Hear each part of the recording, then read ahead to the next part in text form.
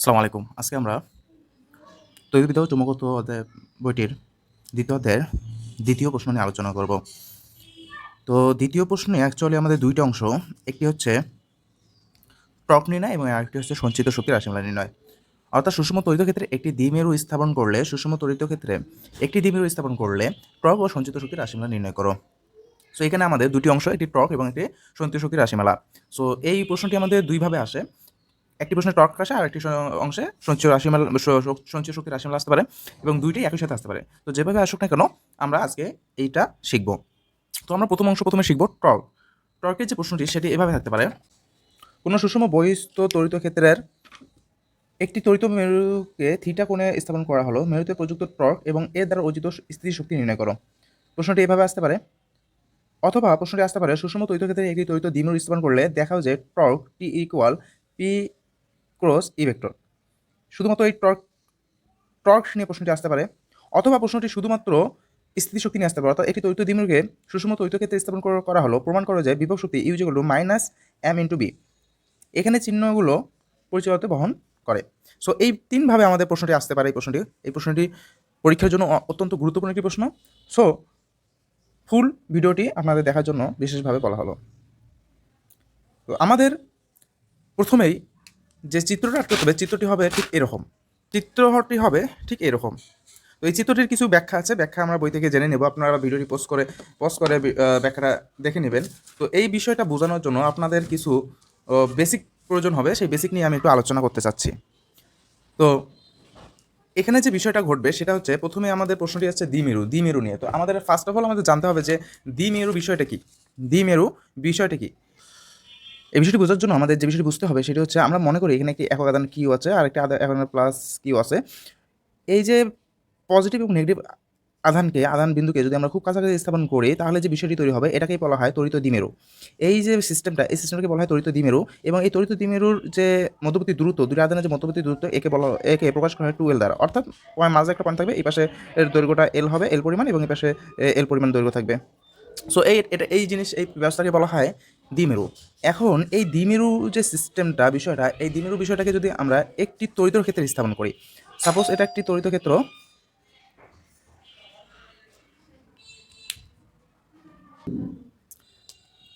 তো এই তড়িৎ ক্ষেত্রের দিক হচ্ছে এদিক বরাবর, এটা একটা তড়িৎ ক্ষেত্র। এখন এই তড়িৎ ক্ষেত্রে যদি আমরা এই তড়িৎ দ্বিমেরুটি স্থাপন করি, এখানে হচ্ছে মাইনাস কিউ আধান এবং এখানে হচ্ছে পজিটিভ কিউ আধান। সো আমরা যদি এখানে দ্বিমেরুটি স্থাপন করি, তাহলে এটি এখানে একটি প্রাবল্য, এই বিন্দুতে একটি প্রাবল্য কাজ করবে এবং এই বিন্দুতে একটি প্রাবল্য কাজ করবে। তো আমরা জানি প্রাবল্য কি? প্রাবল্য হচ্ছে একক আধানের উপর প্রযুক্ত বল। তো প্রাবল্যকে ই দ্বারা প্রকাশ করা হয়, আমরা বলতে পারি ইকুয়াল এফ বাই কিউ, অর্থাৎ একক আধানের উপর প্রযুক্ত বল। সো এটি হচ্ছে প্রাবল্য। সো এই প্রাবল্যটা এখানে কাজ করতেছে। এখন এই আধানের উপর ঠিক কতটুকু বল কাজ করতেছে আমরা এখান থেকে এটা ক্যালকুলেট করে বের করতে পারি যে এখানে বল কাজ করতেছে সেটা হচ্ছে এফ ইকুয়াল কিউই। সো এই পয়েন্টের উপর আমাদের বল কাজ করতেছে এফ ইকুয়াল টু কিউই। এবং এই যে এখান থেকে এই পয়েন্ট মাইনাস আধান থেকে পজিটিভ আধানে এখানে একটি দ্বিমেরু ভ্রামক তৈরি হয়েছে। সো দ্বিমেরু ভ্রামক কোন দিকে কাজ করবে? দ্বিমেরু ভ্রামকটা কাজ করবে আমাদের নেগেটিভ আধান থেকে পজিটিভ আধানের দিকে। সো এবং তাহলে বোঝা যাচ্ছে যে দ্বিমেরু ভ্রামককে আমরা প্রকাশ করি পি দ্বারা। দ্বিমেরু ভ্রামক কাকে বলে? যে চার্জ যদি একটি ডাইপোল অর্থাৎ দ্বিমেরুকে ইংরেজিতে ডাইপোল বলা হয়। তো একটি ডাইপোলের যে কোনো একটি আধান, দ্বিমেরু ভ্রামক পি ইকুয়াল একটি ডাইপোলের যে কোনো একটি আধান কিউ ইন্টু মধ্যবর্তী দূরত্ব কত? মধ্যবর্তী দূরত্ব হচ্ছে 2L। সো 2L, তাহলে দ্বিমেরু ভ্রামকটাকে আমরা প্রকাশ করি P equal Q into 2L দ্বারা। তো এখানে এই যে দ্বিমেরু ভ্রামক পি এবং এখানে যে তড়িৎ ক্ষেত্র ই, এদের মধ্যবর্তী কোণ কত? থিটা। এদের মধ্যবর্তী কোণ এখানে থিটা কোণ উৎপন্ন করছে।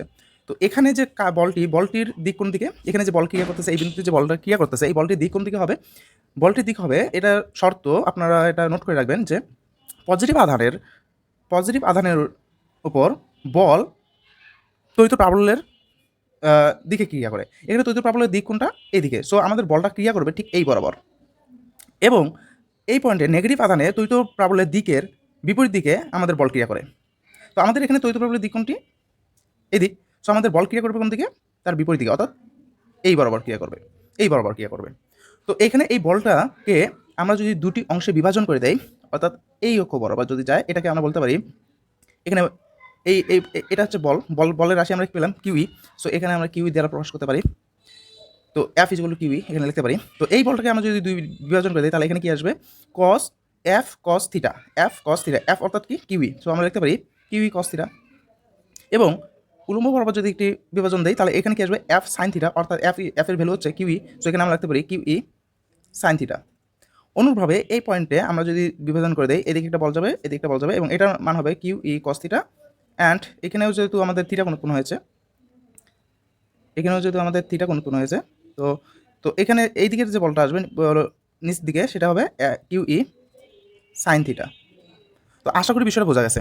তো কিউই সাইন থিটা, এখন এই যে এখানে যে কিউই কস থিটা, এই পাশেও কিউই কস থিটা আছে, এদের মান একই এবং দিক বিপরীত হওয়ার কারণে এই দুইটা পরস্পর নিষ্ক্রিয় হয়ে যাবে। তাহলে এখানে কি এই দুইটা পয়েন্টে, অর্থাৎ এই যে দুইটা বিদ্যমান আধানে কোন বলটি কাজ করবে, সাইন থিটা, উলম্ব বরাবর কিউই সাইন থিটা এবং কিউই সাইন থিটা কাজ করবে। কিউই সাইন থিটার উপর দিকে কাজ করবে এবং কিউই সাইন থিটার নিচের দিকে কাজ করবে। সো এই বিষয়টা আশা করি বোঝা যাচ্ছে। এখন এই যে একটি বল একটি দণ্ডের উপর দিকে দুইটি প্রান্তে বিপরীত দিকে কাজ করছে, অর্থাৎ একটা উপর দিকে কাজ করতেছে, একটা নিচের দিকে কাজ করছে, তাহলে এখানে কি সৃষ্টি হবে। তো আমি এক্সাম্পল দেই, এই পেন্টার আমি একটা বল এদিকে ফোর্স করবো এবং একটি বল অপোজিট ডিরেকশনে ফোর্স করবো, তাহলে কি হবে, এটি ঘুরতে থাকবে। সো এখানে কি ঘূর্ণন সৃষ্টি হবে, ঘূর্ণন সৃষ্টি হওয়ার ফলে কি আসবে, টর্কের সৃষ্টি হবে। কিসের সৃষ্টি হবে, টর্কের সৃষ্টি হবে। তাহলে টর্ক সমান আমরা কি জানি, টর্ককে প্রকাশ করা টাও দ্বারা।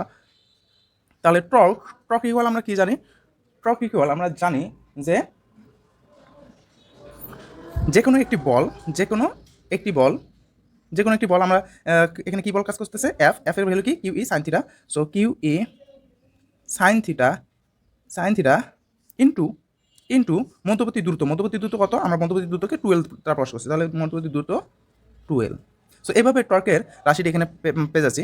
সো এখানে torque equal kiwi sine theta into 12, এইটাকে আমরা যদি একটু ক্যালকুলেট করে রাখি, তাহলে সাজিয়ে লিখি, তাহলে আমরা এখানে লিখতে পারি কিউ ইন্টু 12 এবং পাশে আছে E sine theta equal Q into 12। এই কিউ ইন্টু 12 এর ভ্যালু যেন কি, কিউ ইন্টু 12 এর ভ্যালু হচ্ছে তড়িৎ দ্বিমেরু ভ্রামক পি। তাহলে এই জিনিসটাকে আমরা লিখতে পারি P into E sine theta. So P into E sine theta, অর্থাৎ পি ই সাইন থিটা। যেহেতু টর্ক, তড়িৎ ভ্রামক পি এবং তড়িৎ প্রবল ই, এগুলো প্রত্যেকটা ভেক্টর রাশি, তাহলে এদের ভেক্টর রূপ আমরা লিখতে পারি। সুতরাং tau vector equal P vector cross E vector. কেন লিখতে পেলাম, কারণ আমরা জানি দুটি ভেক্টর রাশি A vector cross B vector যদি হয়, তাহলে এটা সমান ভেক্টর চিহ্ন তুলে দিয়ে লেখা যায় যে A B sine theta. So অনুরূপভাবে এ বি সাইন থিটাকে আমরা লিখতে পারি A vector cross B vector. So এখানে এইটাই হচ্ছে পি ই সাইন থিটাকে আমরা লিখছি P vector cross E vector. তাহলে আমাদের প্রথম শর্তটা ছিল টর্ককে এভাবে প্রকাশ করা। সো আমাদের প্রথম যে প্রশ্নটা টর্কের রাশিমালা বের করার, সেটি আমরা পেয়ে গেছি। তো আমরা যখন কোয়েশ্চেন অ্যান্সার করবো, তখন আমরা এই রাশিটা ইউজ করবো, আর যখন ভেক্টর রাশি, তো ভেক্টর রাশি এটা। সো আশা করি প্রথম অংশটি আমাদের বোঝা গেছে টর্ক নির্ণয়ের বিষয়টি। সো নেক্সট ক্লাসে আমরা এটি পার্ট ওয়ান, এটা হচ্ছে আমাদের পার্ট ওয়ান, এবং আমরা সেকেন্ড ক্লাসে পার্ট টু এ দেখব যে কীভাবে এখানে সঞ্চিত শক্তি রাশিমালা নির্ণয় করা যায়। এই বিষয়টা আমাদের এখন সাজিয়ে পরীক্ষার খাতায় লিখতে হবে। আমরা কীভাবে সাজিয়ে লিখবো, আমরা একটু যদি এখন আমরা যে বেসিকটা যেহেতু বুঝে গেছি, আমরা যদি একটু একটা বই অথবা গাইড ফলো করে আমরা জাস্ট অ্যান্সারটা দেখি। তো সাজিয়ে লেখার জন্য আমাদের প্রথমে একটু কিছু ব্যাখ্যা দিতে হবে যে ধরি প্লাস কিউ এবং মাইনাস কিউ দুটি চার্জ অল্প দূরত্ব 2L দূরত্বে অবস্থান করে একটি দ্বৈত দ্বিমেরু উৎপন্ন করেছে। দ্বৈত দ্বিমেরুটি একটি বহিস্থ দ্বৈত ক্ষেত্রে ই এর মধ্যে স্থাপন করা হলো, যে কাজটি আমরা করেছি। এখানে চার্জ প্লাস কিউ ও চার্জ মাইনাস কিউ এর উপর দুটি বল যথাক্রমে এফ ও এফ ক্রিয়া করে, অর্থাৎ একটি ক্রিয়া করবে, একটি বল ক্রিয়া করবে এই দিকে এবং আরেকটি বল ক্রিয়া করবে অপোজিট ডিরেকশনে। হ্যাঁ, দ্বৈত দ্বিপল মোমেন্ট বা তড়িৎ দ্বিমেরু ভ্রামক পি এখানে তড়িৎ ক্ষেত্র ই এর সাথে থিটা কোণ উৎপন্ন করেছে। আমরা সেই দেখেছি যে আমাদের এখানে থিটা কোণ উৎপন্ন করেছিল। সো পরের যে বিষয়টি সেটা হচ্ছে এফ এর মান হলো এফ ইকুয়াল কিউই। আমরা দেখেছি এফ এর ভ্যালু কি আসে, চার্জ ইন্টু তড়িৎ প্রবল ই। তো এই ক্রিয়াশীল বলের জন্য ও বিন্দুর দিয়ে গমনকারী অক্ষের সাপেক্ষে দ্বিপোলটিতে একটি টর্ক উৎপন্ন হবে। টর্ক মানে কি? ঘূর্ণন সৃষ্টি হবে, অর্থাৎ এই যে ও বিন্দুতে একটি ঘূর্ণন সৃষ্টি হবে, ঠিক আছে? ও বিন্দুতে এই ও বিন্দু সাপেক্ষে এই রেখাটি, এই যে দ্বিপোল রেখাটি যা আছে এটা কি ঘুরবে। সো এই বোঝানো হয়েছে এই টর্কের মান হবে tau is equal to F into 2a sin theta. এখানে 2a দ্বারা আমরা 2l দ্বারা প্রকাশ করছিলাম, 2a দ্বারা প্রকাশ করছে ঘুরে আসে, আমরা 2l লিখবো। সো এভাবে টার এখানে টর্কের রাশিমালা বের করেছি। টর্কের রাশিমালা যেহেতু একটি ভেক্টর আকারে লেখা যায়, tau is equal to P into A. So এই পর্যন্ত আমাদের প্রথম অংশের প্রশ্নটির উত্তর আমাদের শেষ হয়েছে, এবং আমরা যদি শুধুমাত্র টর্ক নির্ণয় করতে বলে তাহলে আমরা এই পর্যন্ত লিখে অ্যান্সার লিখে দেবো। এবং আমাদের যদি দ্বিতীয় অংশটা বলে তাহলে আমরা দ্বিতীয় অংশটা নেক্সট ভিডিওতে আলোচনা করব। সবাইকে নেক্সট ভিডিওতে স্বাগতম। আসসালামু আলাইকুম।